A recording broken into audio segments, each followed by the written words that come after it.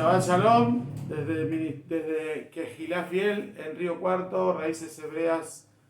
Te damos la bienvenida al sitio, a la página y a compartir esta parashá llamada Mishpatim, que significa estatutos, ordenanzas, y tienen que ver con la directiva después de la entrega de la Torá al pueblo del Eterno.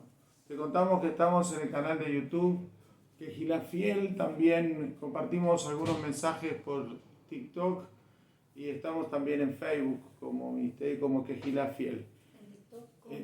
En TikTok como More Edo estamos compartiendo algunas enseñanzas y mensajes también. Ahí nos podés encontrar y conocer un poco más el mensaje del Eterno a través de su palabra.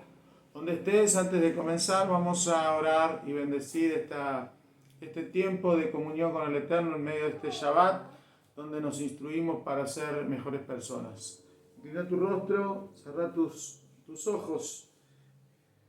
Baruch Hashem, bendito Padre, eterno Dios, gracias Señor por la salud, gracias por estar aquí animados como pueblo tuyo, buscando de ser renovados en la verdad de tu palabra, de ser confrontados en el alma para rectificar y corregir y para una verdadera toma de conciencia que nos lleve a escalones superiores que nos permitan conocerte mejor. Por eso la Escritura o la palabra dice a través de la carta a los Romanos: no nos conformemos a este siglo, sino que nos renovemos en el conocimiento tuyo para saber cuál es tu buena, agradable y perfecta voluntad.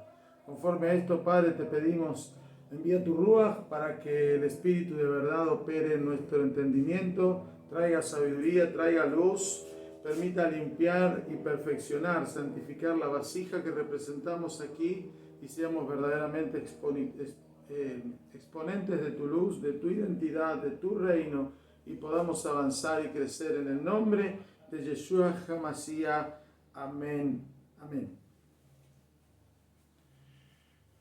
Estamos en Parashá Mishpatim. Mishpatim, estatutos. El resumen de la Parashá es el siguiente: a partir del capítulo 21, el versículo inicial dice que se presentó delante del pueblo a través de Moshe. Estos son los estatutos que el pueblo de Israel debe cumplir.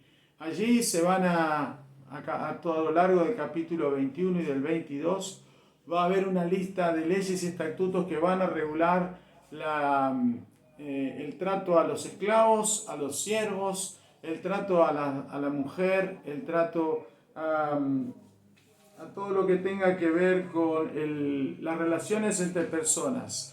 Hay leyes directamente relacionadas con el daño físico, leyes con el rapto, con el robo, con el asesinato, el sistema de leyes desde el tribunal o desde el tribunal de justicia, cómo deben aplicarse.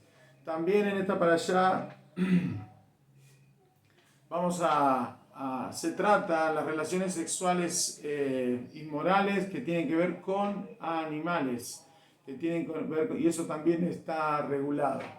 Esta parashá después avanza y el Eterno muestra las fiestas anuales en las cuales hay peregrinación, pero también deben presentarse las ofrendas de la producción agrícola, y esta parte de cumplir con las fiestas anuales cierra con una porción muy especial que también trataremos, que tiene que ver con no cocinar al cabrito o no cocinar la carne en leche.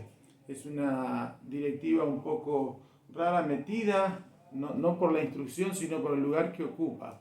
Más adelante el Eterno le anuncia al pueblo que van a ser guiados por su ángel a la tierra santa, a la tierra prometida, que no sean rebeldes a su dirección, pero que tampoco se dobleguen ante el culto pagano de los pueblos que habitan la tierra a conquistar, a habitar. Y ellos responden: lo que diga, lo que manda Hashem, eso haremos y eso escucharemos. Esa frase tiene un gran poder para nosotros hoy. En total, La parashá cuenta con estos datos. En esta parashá se dan 53 estatutos, ordenanzas. 53. 23 son positivas, algo hay que hacer, esas los habilitan a hacer algo. Pero hay 30 que son negativas, son privativas, son prohibiciones que no debemos hacer.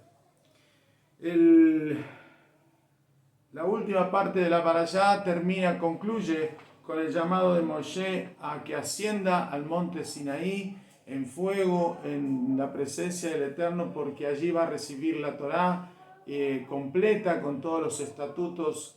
En total 613 misbot son las que regulan la constitución del reino de los cielos y va a afectar al pueblo hebreo, nos va a afectar a nosotros. Aarón y Ur son los que quedan a cargo, y estos van a representar al pueblo durante 40 días y 40 noches, que es el tiempo que va a estar Moisés en intimidad con el Eterno. Este es el resumen. En la parashá hay 118 versículos. No es casualidad, 118 es 100 más 18, 100 es 10 por 10, es el tratamiento a pleno de cada sefirot del árbol de la vida de nuestra alma. Son las 10 componentes en todas sus relaciones. 10 por 10 es 100 y 18 es la medida o la numeración que corresponde a vida.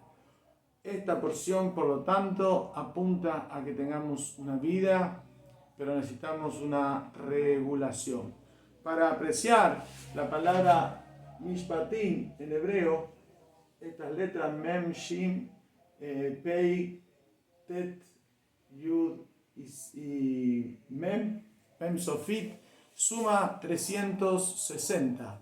Y 360 es un número muy particular porque dividido por 6 da 60. ¿Por qué 6? Porque la primera instrucción que hay en la Torá, que ahora vamos a leer, es: el hebreo que tomes como esclavo trabajará 6 años y al séptimo saldrá libre sin cargo. 6, ese número es el tiempo, ese 6 por 60 es lo que da 360, pero ¿qué es 60? 60 está representado por la letra Kaf, Lamed y Yud, y eso suma 60. Y esa palabra, esas letras en hebreo forman la palabra vasija.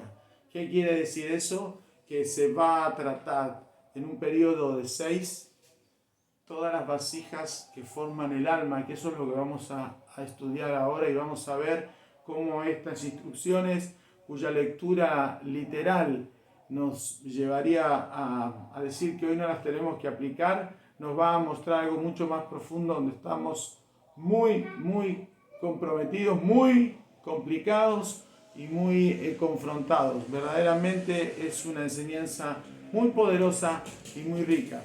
Vamos a leer la Torá desde el versículo 1 del capítulo 21 y nos vamos a enriquecer con la enseñanza, pero también nos va a llevar a tomar decisiones. Versículo 1, Hashem dijo a Moisés: y estas son las ordenanzas que expondrás ante ellos. Si adquieres un esclavo hebreo, trabajará 6 años, pero el séptimo año saldrá libre sin cargo.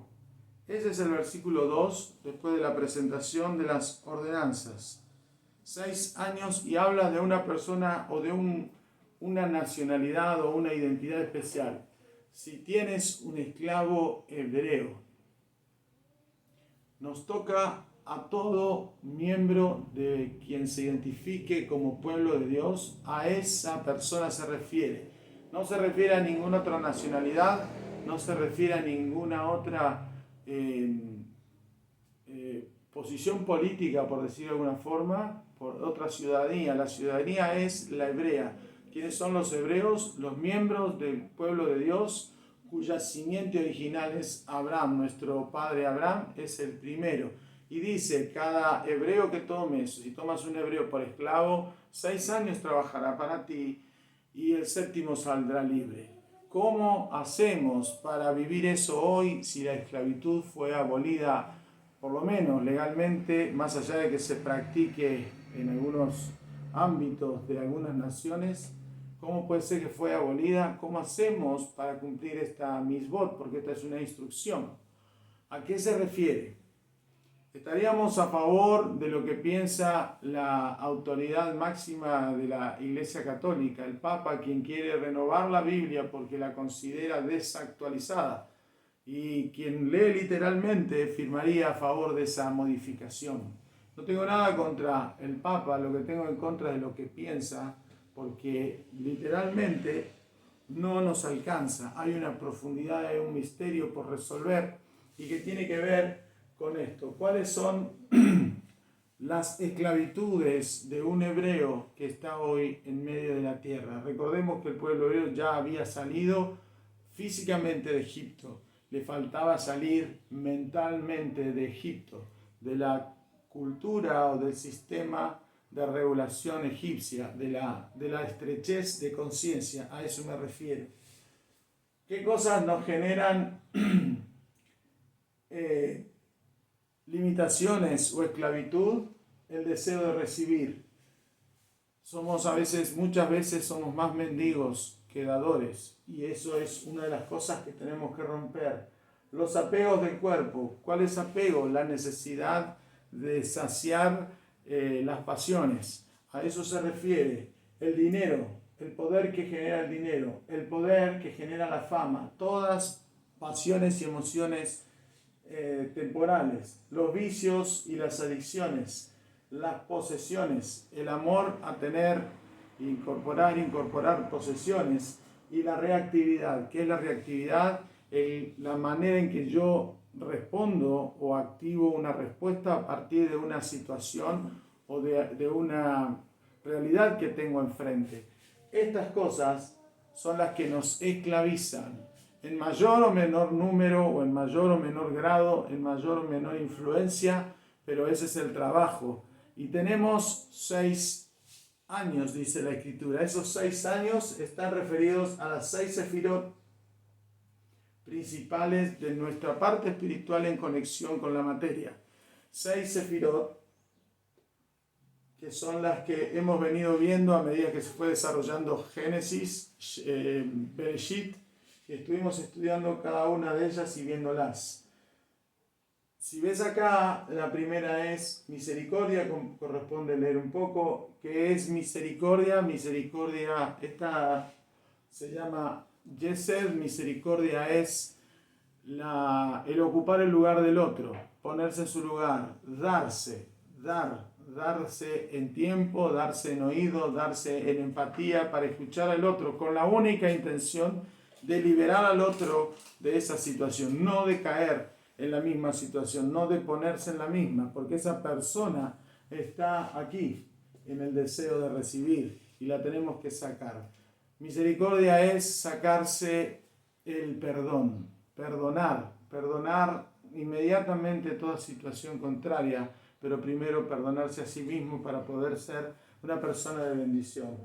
Juicio es la segunda. Esta sefirá es la que se conoce como Geburá, y juicio habla de estructura, habla de orden, habla de saber decir que no a tiempo, de elegir el momento y cuándo y cómo dar. Y eso es restrictivo para misericordia, porque misericordia corre un riesgo. El extremo de misericordia es dar tanto que terminas siendo más bueno que Dios. Aquí el juicio lo que hace es ordenar ese dar, saber decir que no, saber ordenar el tiempo, ordenar los espacios, programar las actividades. Ese extremo tiene por ahí el extremo de negarse a todo. Ahora, cuando nosotros vemos estas dos, podemos entender un poco qué decía Yeshua en el Evangelio de Lucas, capítulo 6, verso 38, cuando él decía: dar y se os dará. Muchas veces fue manipulado este versículo en el liderazgo cristiano, y hoy aún sucede, porque se insiste con que tenemos que dar para recibir, porque como medimos, así recibiremos. Y en el medio hay el detalle de qué clase de medida vamos a recibir. Y con esto se motivaba, y entre comillas me animo a decir, a manipular a las personas para que den más allá de lo que tenían o lo que podían llegar a dar o podían entender por dar. Ese es el mensaje de ese versículo tomado desde ese nivel. Pero ahora, entendiendo esto, la regulación donde nosotros tenemos que rectificar el lado izquierdo de nuestra alma, donde está Geburah, ahí tenemos que entender que la medida con la que medimos nos van a venir tiene que ver estrictamente con el grado de justicia y misericordia con que ejercemos ese dar. No siempre tenemos que dar, porque siempre le vamos a estar dando el pescado, el pescado, y en vez de enseñarle a usar la caña. A eso me refiero con esta metáfora. Por eso la tercera sefirot se llama Tiferet y es belleza. ¿Qué belleza? La belleza de la armonía, el equilibrio entre el dar y el recibir, el equilibrio entre decir que sí y decir que no. Y esto no nos hace malas personas, porque las personas sucede que cuando dejamos de dar, se enojan y terminamos siendo los malos, cuando nunca esas personas salieron del deseo de recibir, nunca hicieron nada, fueron víctimas de todo el sistema que les rodea. Cuando logramos la armonía, cuando logramos el equilibrio, nuestra belleza sale, nuestra vida es una vida agradable, nuestra vida personal estoy hablando, y nuestro impacto hace que nosotros seamos personas buscadas, personas que generan como un imán a la que vienen, porque manejamos nuestro criterio de dar con el límite de saber cómo y cuándo decir que no. La cuarta sefirot se llama Netzach y tiene que ver con victoria, y la victoria es verse en la victoria a pesar del posible fracaso transitorio que te toque pasar, que me toque pasar. No a la depresión, no a la derrota, no a detenerse, sino a verse en victoria, verse en el amparo de que el Eterno está guiando tu vida, y lo que está sucediendo es un paso para la próxima victoria. Perder el partido no es perder el campeonato, y eso es levantarse de nuevo. 7 veces cae el justo, pero de todos los casos los levantará el Eterno. Eso es victoria. La quinta sefirot es gloria, es hod o esplendor.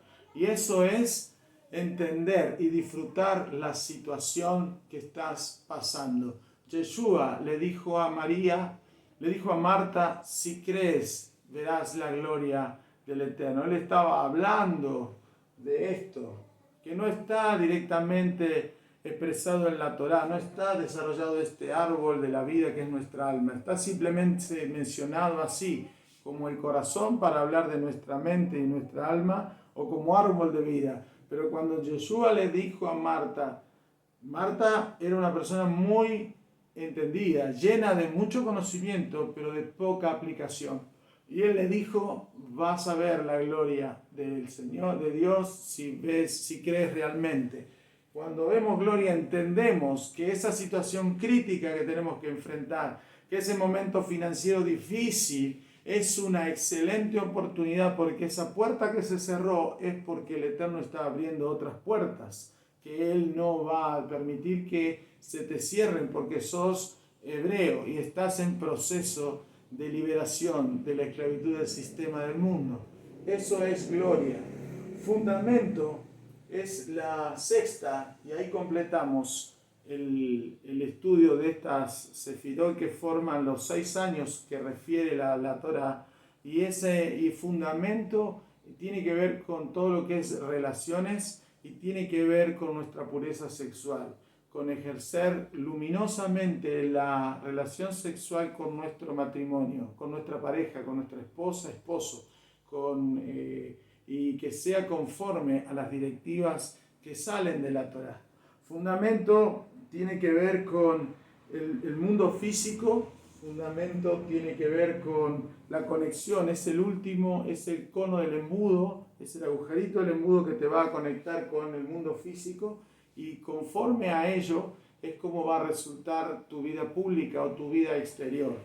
Fundamento se alimenta de todas las demás y es la que cierra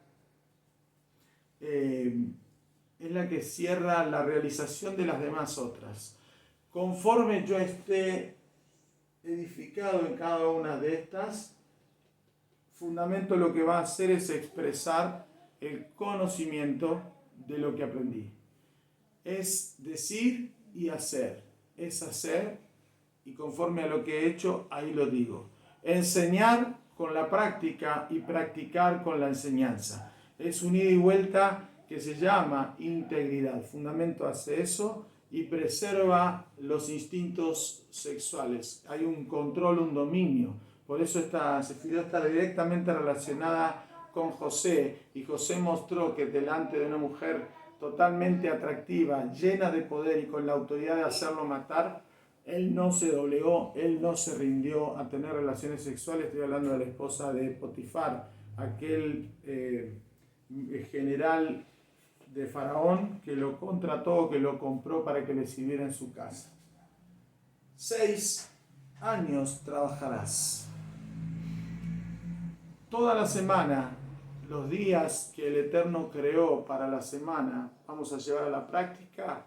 Todas estas sefirot están en constante batalla entre la rectificación y el deseo de recibir, entre los apegos y la rectificación, entre el dinero, la fama, los vicios y las posiciones y la rectificación, entre la reactividad y el dominio propio. Toda la semana, los 6 días. ¿Por qué? Porque el día 7, el día séptimo, saldrás en libertad.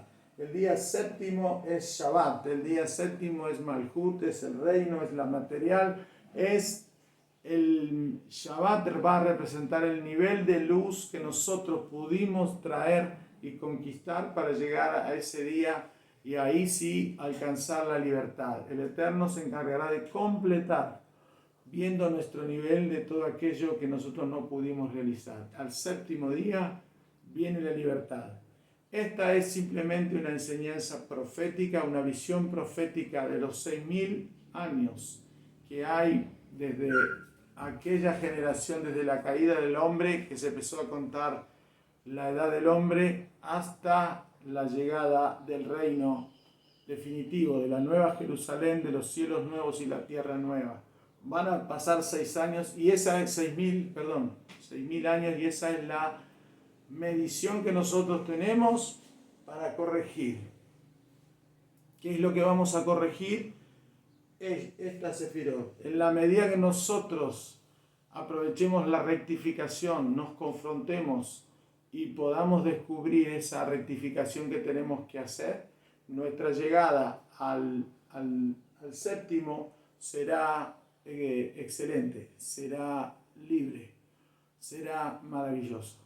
Eso es el trabajo, eso es lo que dice este primer versículo. Y ahí, como puse aquí, una forma de graduarse, de salir con vida, de salir con la vida, con el sistema de vida que promete la Torá.